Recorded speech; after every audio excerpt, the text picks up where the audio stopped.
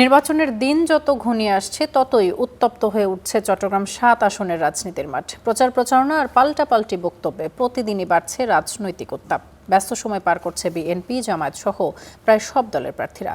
তবে ভোটাররা বলছেন, প্রতিশ্রুতির চেয়ে কাজই হবে তাদের সিদ্ধান্তের মূল চাবিকাঠি। রাঙ্গুনিয়া থেকে ঘুরে এসে এই বিষয়ে আরও বিস্তারিত হারুনুর রশিদের ক্যামেরায় এবং বিস্তারিত জানাচ্ছেন মামুনুর রশিদ অভি। রাঙ্গুনিয়া উপজেলা ও বোয়ালখালী উপজেলার শ্রীপুর খরণদ্বীপ ইউনিয়ন নিয়ে গঠিত চট্টগ্রাম ৭ আসনে এখন পুরোপুরি নির্বাচনী আমেজ। সকাল থেকে রাত মাইকিং, লিফলেট বিতরণ, পথসভা আর জনসমাবেশে মুখর পুরো এলাকা।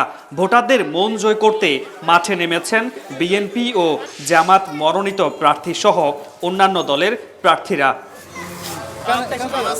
প্রচারের পাশাপাশি বাড়ছে কথার লড়াইও। আসনটির প্রতিটি ইউনিয়ন ও গ্রাম চষে বেড়াচ্ছেন বিএনপি মনোনীত প্রার্থী হুম্মাম কাদের চৌধুরী। প্রতিদ্বন্দ্বীদের তুলনায় নির্বাচনী দৌড়ে নিজেকে অনেকটাই এগিয়ে রাখছেন তিনি। রাঙ্গুনিয়ার মধ্যে আমার এরকম কোনো টেনশন নেই।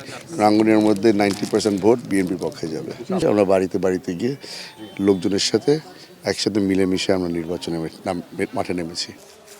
অন্যদিকে মাঠে পিছিয়ে নেই জামাত ইসলামের মনোনীত প্রার্থী এটিএম রেজাউল করিমও। নির্বাচনে জয়ী হলে সন্ত্রাস, চাঁদাবাজি, মাদক ও বৈষম্যহীন সমাজ গড়ার প্রত্যয় ব্যক্ত করেন তিনি। জয়ের ব্যাপারে তিনিও আশাবাদী।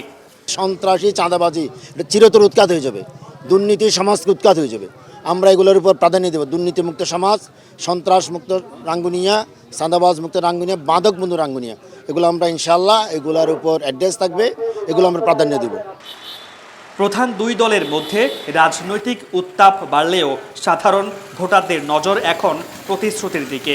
শিক্ষা, স্বাস্থ্য, কৃষি ও সামগ্রিক উন্নয়নে যিনি জনগণের কণ্ঠস্বর হয়ে কাজ করবেন তাকেই বেছে নেয়ার কথা বলছেন তারা। চাঁদাবাজি হবে না, দুর্নীতি হবে না এবং কি আমাদের লুটগার্ডের কাজ করবে। যেই আমাদের রাঙ্গুনিয়ার সাধারণ মানুষের পক্ষে থাকবে ওকেই আমরা ভোট দিব। কৃষক মানে কান ওবরক মানে দেশের উন্নতি হোক এই সাইড দ্বারা।